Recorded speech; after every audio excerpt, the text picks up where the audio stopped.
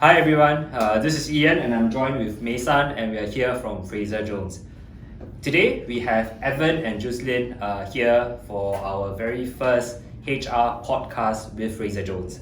Evan and Juseleen here are colleagues in the past in J&J and I'll leave them to introduce themselves shortly. So over to you guys. Hi everyone, Evan over here. Hi, I'm Juseleen. Nice to meet all of you. Nice meeting all of you. Yeah. So maybe Juseleen, do you want to give yourself a quick introduction first? Okay. Then I'll join you. Yeah, so if I could summarize, who am I? As a HR leader, I would say I'm very passionate about bringing the best out of people that I work for. And I'm very privileged throughout my 18 years of HR career, I've been able to do that in multiple different organizations that I work with. Very nice. And I can truly agree with that after working with you for what, two years or so in J&J? Yes. Yeah, we're privileged to work with you. Yeah, privileged to work with you too. So maybe a quick introduction about myself. So I'm Evan. So I've been in the HR function for about 16 years, working in different kind of industries, from financial, FMCG. That's where I met you in healthcare, in J&J. And Johnson. And now I'm with a manufacturing company that does specialty cartons. So it's MCOR Specialty Cartons that I'm working with currently as their HR director. And Juseleen, yourself, you just joined a new firm as well. Would you like to Yay! share a bit more? Congratulations! Tomorrow will mark my 1 month old with Galderma. So Galderma preached to be the best dermatology company in the world, where we have business in aesthetics, consumer, healthcare, and also prescription or pharmaceutical business. It's really fascinating journey so far with Galderma as head of HR for JPAC region. That's really good to hear. Let's start off with the interview. So Juseleen and Evan, take us through your HR journey in 20 seconds. So really short, so let's start with the ladies first. So Juseleen, please go ahead. I would say I'm very fortunate. Throughout my 18 years careers in HR, I've had the opportunity to do a lot of diverse roles, be it in a country role, looking after manufacturing, also with different businesses while I was working with Johnson & Johnson, span across pharmaceutical industry, consumer, and also vision care, or we call contact lens business in Johnson & Johnson. And apart from that, a stint in consulting, doing recruitment. And along the way, I think the most fortunate part about my career is that I met a lot of amazing HR leaders that grew me, and I would say bring out the best in me also, not just from a professional front, but also on a personal front. What about yourself, Evan? Yeah, I've been with the HR function for 16 years currently. And in fact, HR wasn't my choice of profession when I graduated. So it was actually marketing. I still remembered that particular interview. I went for a marketing role interview in DBS. And the HR person actually brought me under his wings. So that's how I started my HR career. And I always tell people I never look back. Literally, because every day you are impacting people's lives in a very different way. And I have the privilege to be able to be part of a lot of different merger acquisition projects, which I really enjoy. I think those really gives you a very wide-ranging kind of diverse experiences. As well as international exposure. Worked in different countries like in Malaysia, in China. I think those really stretch my level of learning. Yeah. Okay, all right. Thank you for sharing that. So I know your careers have spanned across different functions, different geography, different portfolios as well. So just wondering, if you have to pick up just one critical lessons that you have learned through your career, something that you can share with the next generation of HR leaders or people who inspires to be like you guys. What's that one lesson you would pick up that you guys learned and you will share that? Maybe I'll go first. Yeah. I think the biggest lesson that I've learned so far in the past 16 years is taking care of myself first. This is really important. Agreed. Because from a HR standpoint, I'm sure a lot of people out there would also agree that both mentally, physically, we are drained in the sense of making sure that people around us are well taken care of. You will think from different aspects, from a different shoes of perspective of different people.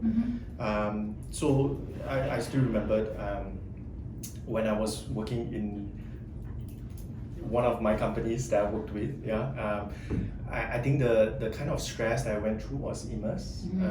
Within a couple of years, I had like major surgeries for 2 times around. So I think specifically stress really gets into you. But if you are not able to take care of yourself, to be honest, I really don't feel during that point in time I was at my peak, performing at my peak, and be able to give the best to other people. So coming back, I think personal well-being is one very important lesson that I've learned. So now I have a motto in life: play hard, work hard. So you got to balance the two. That's important. What about yourself, Juseleen?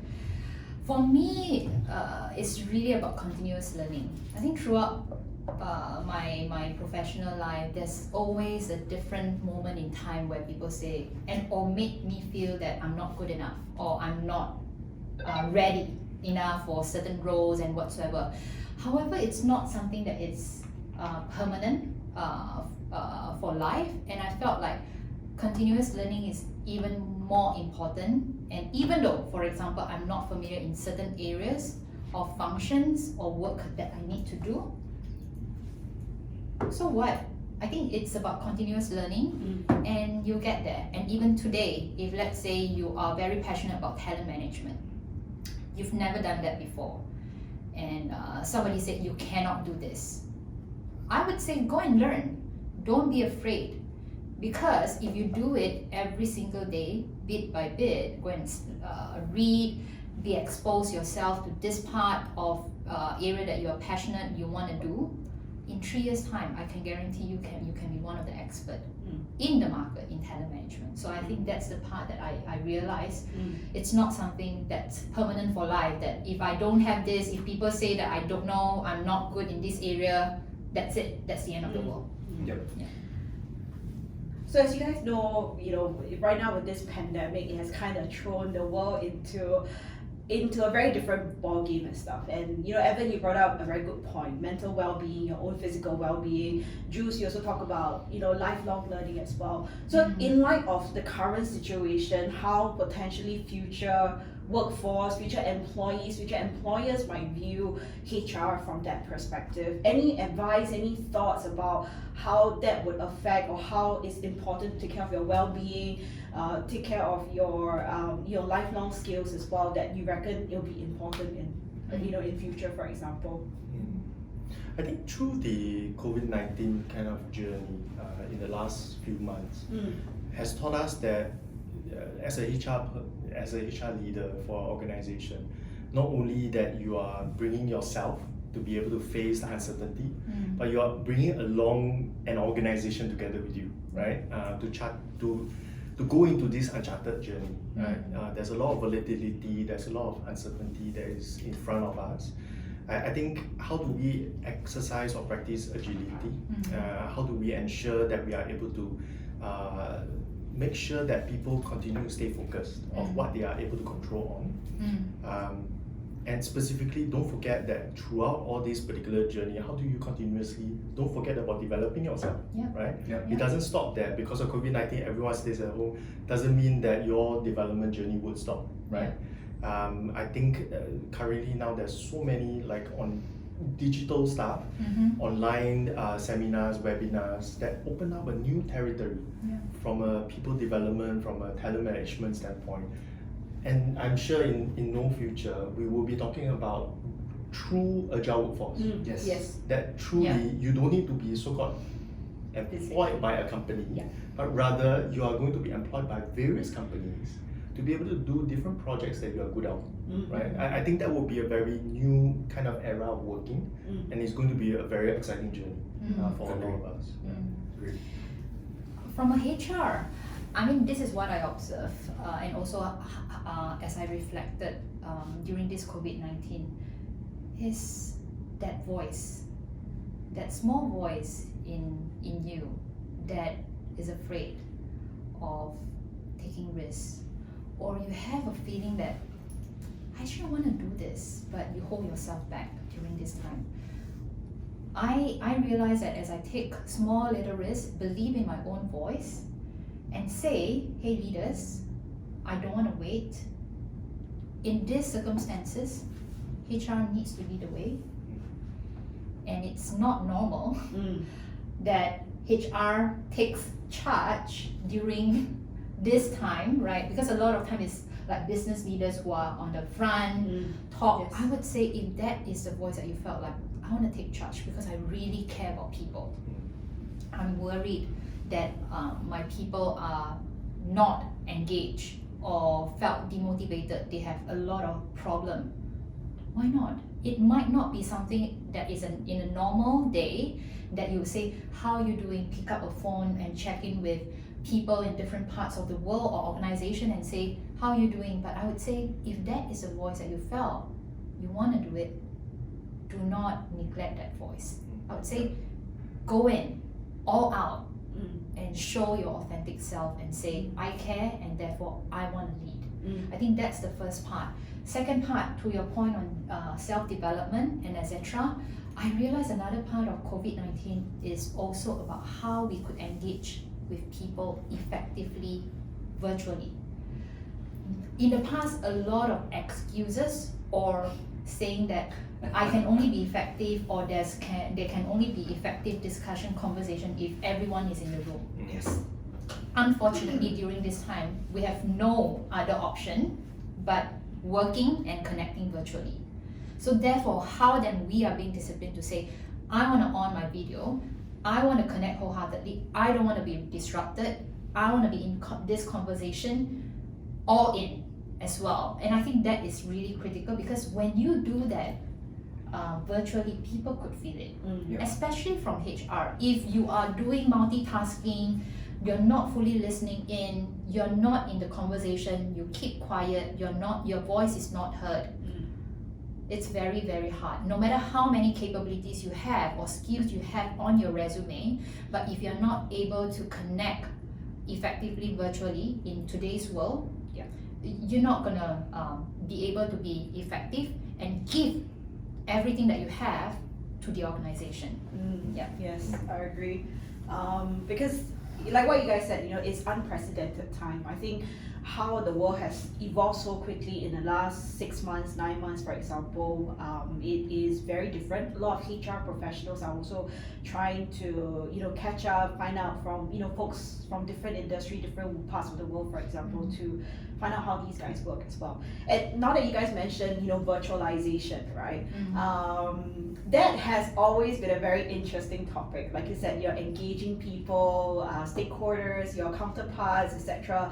Gone are the days where you had to hop on to a last minute flight, fly down to US, to meet up with somebody, etc. So my question is going to be a bit more different, okay? So in this 6 months that we've been working virtually, any funny incidents that have happened, during your video call, during your phone call, for example? I think for me and Ian, I think one of the funny things that we have realized about each other is kids coming into the picture, and I get references from clients, for example, say, can I see your personal collection behind you? Because there's a huge display of Legos, Disney and stuff. So I ended up spending maybe 5 minutes with each new client to show them my collection, for example. And that's always one of those things that become a starting topic, for example, breaking the ice, then my kids jumping into like different calls and stuff. So I'm wondering whether you guys have seen colleagues yourself, for example, having those kind of funny moments. Don't have to share names, obviously.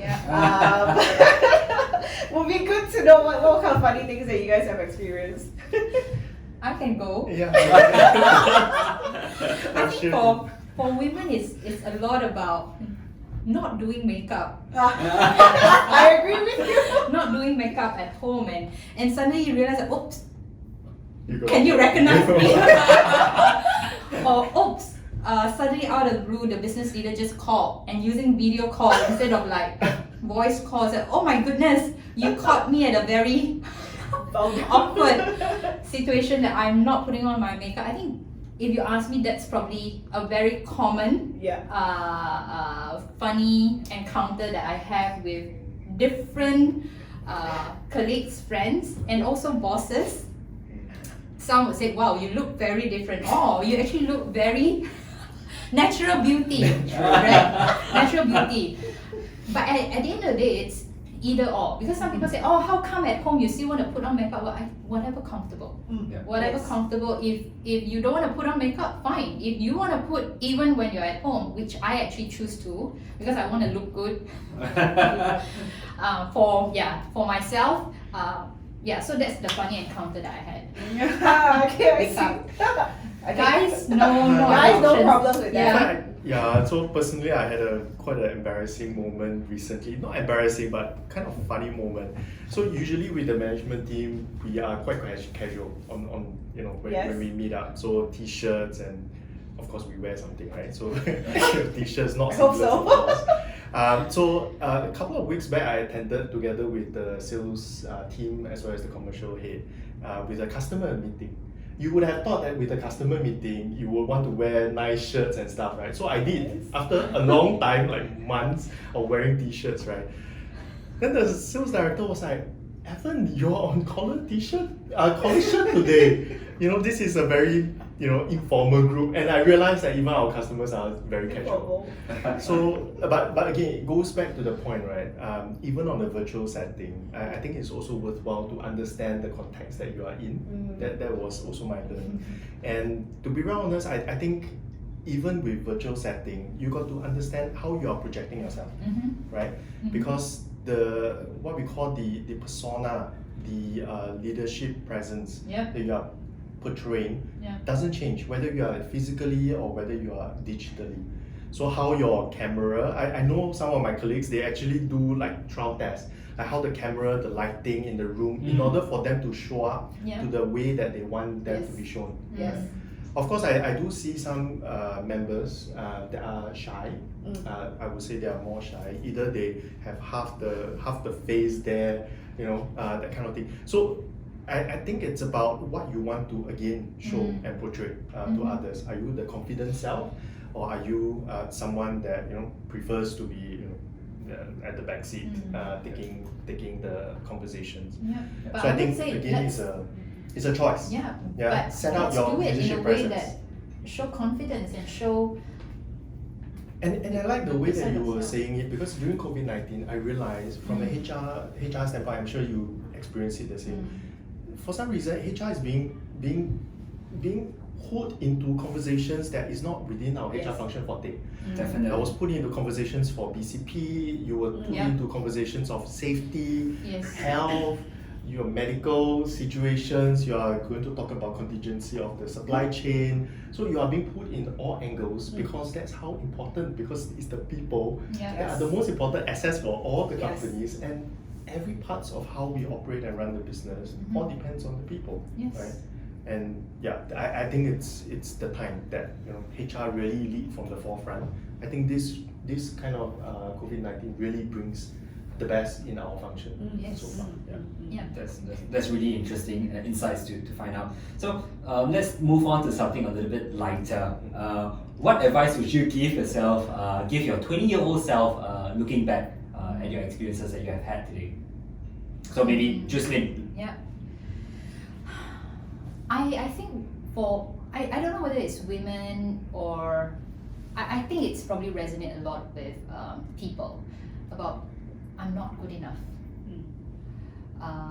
And there's endless list of I'm not expert enough, I am not experienced enough. I would tell my 20-year-old self, don't worry so much. Focus on being better every day, and then I'll get there. I think that's the advice I would give myself. I think I strongly believe in that. I think self-doubt is something that is, it puts a question mark in terms of your capabilities. So what about yourself, Evan? Before I get into mine, I think it is not just a women thing. I think men See. these days feel it that way too. I agree. Because there's a lot of immense pressure, spotlights on you. Yeah. People are looking for the most intelligent, each other. So I think there's a lot of, I don't know whether conscious, unconscious kind of pressure that you put onto yourself that you didn't even know that you are actually putting, and it's very unfair. To be honest, it's being unfair to yourself, right? As you start doing that. But specifically, if I can bring myself back to when I'm 20 years old, I think specifically experience. I wish during that point in time I would learn other functional work, and I would set up my own company as a fun thing to do on the side. Evan, you can still do it. Yes. Which yes. Yes. Agree. Yep. Which yes. Yes. Yes. Maybe you can cut that out. So coming back, the reason why I think these experiences are, to be very honest, I think we just had that conversation. Academic qualifications can only bring you that far. Yes. It is the diverse kind of experience that will bring us to be able to, as a HR function, to be able to bring us to a different setting, to a different table, to have discussions in a different way. Because you are not just thinking from HR must be about human resources. Yes. You are actually combining a lot of different aspects into what people can do even better, do even more. Right? So I think those are some of the things that I've learned along the way. But definitely, if back in 20 years old, I would definitely hope that I can do that. Yeah. Okay, alright, so thanks for sharing that. And if I were to ask you guys, what are you really, really good at? Your hidden talent, your hidden superpower, whether from a professional HR standpoint or your own personal life, for example. What would that really, really good talent be? Maybe I wouldn't answer for myself, but I will, because I work yes. with Juseleen before. I will say, what is she good at? Exactly, because you guys know each other for a very long time. So I will say, I will share. I will share people what I think that you are good at as a HR leader. Alright, Evan, you go first then. We'll let Juseleen have some time to think about it. And informally, Juseleen sings very well. If you have an opportunity and chance to go KTV with her or have a stage with her, she can literally sing. And I say that kind of Sing from touch your heart. A talent show kind of singing quality. So that is her what her strength is informally. I think from a HR perspective, I think she is well known, well not well known, but she is very well regarded by the business leaders, even myself, because she knows how to hold a conversation that challenges you to think divergently, right? Because she really practices what she believes, which is bringing out the best onto people. And the way she asks the questions and challenging you to be able to think off the tangent really stretches you from the way you think and the way you have to act after that. So she really pushes you very hard, and that is something that we all appreciate for what she does. And a lot of business leaders say the same thing. Oh, thank you so much, Evan. It means a lot coming from you because I regard you highly as well in HR world. In fact, when I met Evan, I said, oh my goodness, what a great talent that I've met, and you always push me to be better, because one thing about you that I felt very special is how you could connect the dots. And I think we work very long. I mean, we are not like 20-year-old.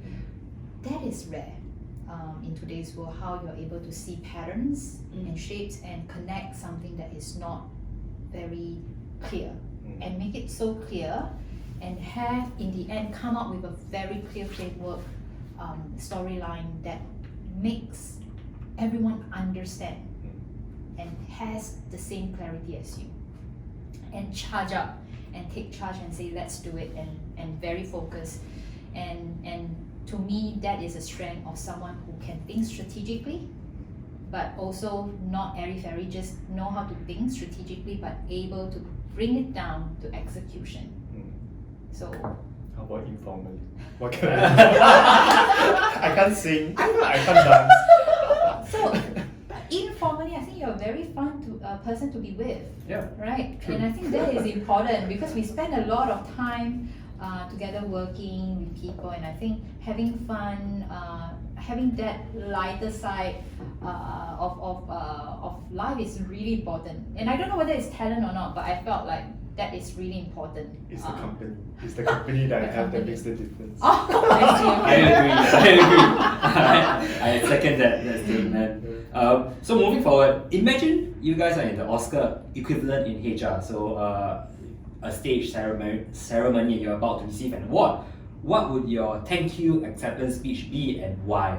So imagine you are just about to receive an award for best HR talent. What would your acceptance speech be and why?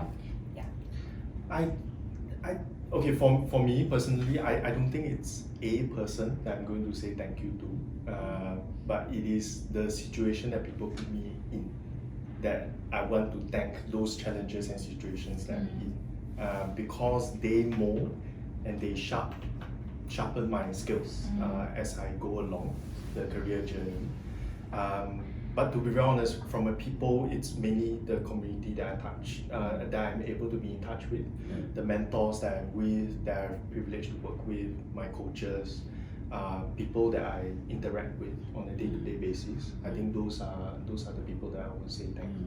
But again, it is the challenges that I really want to thank them for. Yeah. Is there any particular people that you would like to give a special shout out to? Yeah, of course. But there's quite a lot actually. So if I were to start, but I will share my first mentor. I'll share my first mentor. She recently retired, so congratulations to her. She's Samantha Chia. So she was previously from HP. I have the privilege to work with her in DBS. Until today, we are still very much in touch because she has been a very good mentor for me through the ups and downs. I think she has this amazing, maybe she'll hate me for saying this. She has this motherly touch that she knows how to nurture, but at the same time she will poke you and challenge at the same time. So she has That's this. the best. She knows the right button to push, right? So she's very skilled. Ever since when I was young, HR Yes, person, HR, yes. I started to observe how she does that. I can tell you, I think it's very important. Find it very difficult to match her. Well, very important to have good mentors. You learn a lot. You leverage off their experience that you mentioned earlier. What about yourself, Juseleen? If I can say one thing that I want to, say thank you, it's really about the people that I work for that has one trait. They make my dream bigger. I remember when I don't even believe in myself that, I can be in a regional role, I can branch into business partner role. And I realized that the mentors and the HR leaders that I used to work for expand my dreams and believe in me when I didn't believe in myself. And I want to thank so many of them. And some are really tough, high expectation, but I think that's how you bring out the best in you, right? Lizzie, she's now with Facebook. Lisa AC, right now with Bill and Melinda Gates Foundation. MJ, she's still with Johnson & Johnson, amazing leaders. Derek Koo, he hired me twice in Accenture and also when he was in Johnson & Johnson. I'm very grateful that I've had a chance to work with some of best HR leaders in the world, and I think that sets apart in terms of the kind of exposure, challenges, and opportunities that was given to me. I think what you have called out is so important, network. I think this is something that it really brings us into an ecosystem that we are able to network, support each other, and enable. Agree. So I think this is really a very good network. that you all are in. And I think I don't know, to me, I realize that it's no longer competition. Yep. Right? And when we think from a world that is abundance, right? Abundance of opportunity and whatsoever, the more we teach, share, help, mentor, advise, coach, we learn more, right? And I hope that's how this initiative that I think amazing initiative from Fraser Jones, that the community that we serve and work for, then how do we support each other to be better? Because the better you are, Evan, right, the more I will push myself to be better. And the more you push me to be better. And the same like for Ian, Mason, to me, everyone, when we do that and help, instead of like, oh, selfishly, I want to keep this knowledge to myself, I want to keep this network of contacts to myself, it will not create a better world. Agreed. I think you are as good as your weakest link. So you grow together as a company, you grow together as a team, Yeah. and I think teamwork is very important. Yeah. And that teamwork expands beyond just a company, Exactly. right? Yeah. So I think in your last discussion, for example, I think you guys touched on some point, but I think for a final closing note from both of you, how do you guys keep inspired? You know, in your day-to-day activities, like you said, you know, there's so much things to learn. There's always folks in a community that can rely upon. But how would you keep inspired? You know, what sort of specific advice you would give to, let's say, the next generation of HR, you know, business partners, HR leaders who are up and coming, for example? I think for me, what keeps me inspired, interestingly, is the small talks. The small conversations that I have with, especially the younger folks in the company, the up and coming leaders, because then you start to realize that, you know, through even a conversation, you make a very different kind of impact to the person, and the person can actually bring that along, right, to another person, and it becomes a, you know, snowballing effect, right? And those small talks actually gives you a very different perspective and very different, diverse kind of thought process towards what the other person is actually facing or having challenges with. So I think definitely those are the inspirational points that I realized that it actually helps me to want to do even more, right? And give even. Yeah. I mean, I remember this from Maya Angelou. I think I heard before, like people might forget what you say, but people will forever remember how you make them feel. Agreed. I think that's what keeps me inspired, that every time I will remind myself that do I leave people making them feel bad, or I make them feel better or inspired or motivated towards their, again, I think I said it many times in this conversation, bring out the best in people, because it's always easy to criticize and say that this is the part that you're not good, you need to fix this whatsoever. I think it's harder to say, I believe in you, right? This is part of the journey, and how then you can actually work towards that, and how can I help you? Yep. Right. So I think that keeps me inspired, because I think in HR profession we are very privileged. We can make people or we can break. I mean, and a lot of the decision making, we had the privilege to be there and to do it, and I think that keeps me inspired to bring, I think, world a better place, make world a better place through how we make people feel. Yep. Yeah. Any final closing statements? No. But I just want to add to Juseleen's point. I think the coaching part, it is not something that you must be at a senior level then or with a lot of experience before you can do it. Exactly. I learned so much from, you know, fresh graduates that came from school because they have new thinking, they are new ways of operating and mindset. Technology is like chasing us at our tails every day. They really bring a very different kind of learning back to us, and I benefited a lot, especially with that kind of community. So I think again, don't keep thinking that you need to be at a certain level before you can start mentoring or coaching. Anyone can do it, because you will touch different people in different parts of their lives in different ways. That's a very thought-provoking idea as well, to be able to be inspiring, not just to, not just because you're experienced, not just because you're senior, but also, on different topics, with different people as well. It's very interesting to hear that you are also taking inspiration from the younger, I would say younger generation, but someone with slightly less experience. So thank you so much, guys, for being here, for joining our podcast. I think it's, at least for me and Ian, I hope our audience in front will also find that it's quite beneficial. I'm sure you guys will probably get some LinkedIn messages, seeking advice. So thank you so much for your time. I think I speak for Ian and myself when I tell both of you that it's been our privilege to have known you guys for the last couple of years and work quite closely with both of you. And just thank you so much for the time. Thank you for the opportunity, Ian and Mason. Yes. Thank you so much. Thank you. All right, see you guys soon then. Bye. Take care. Bye bye.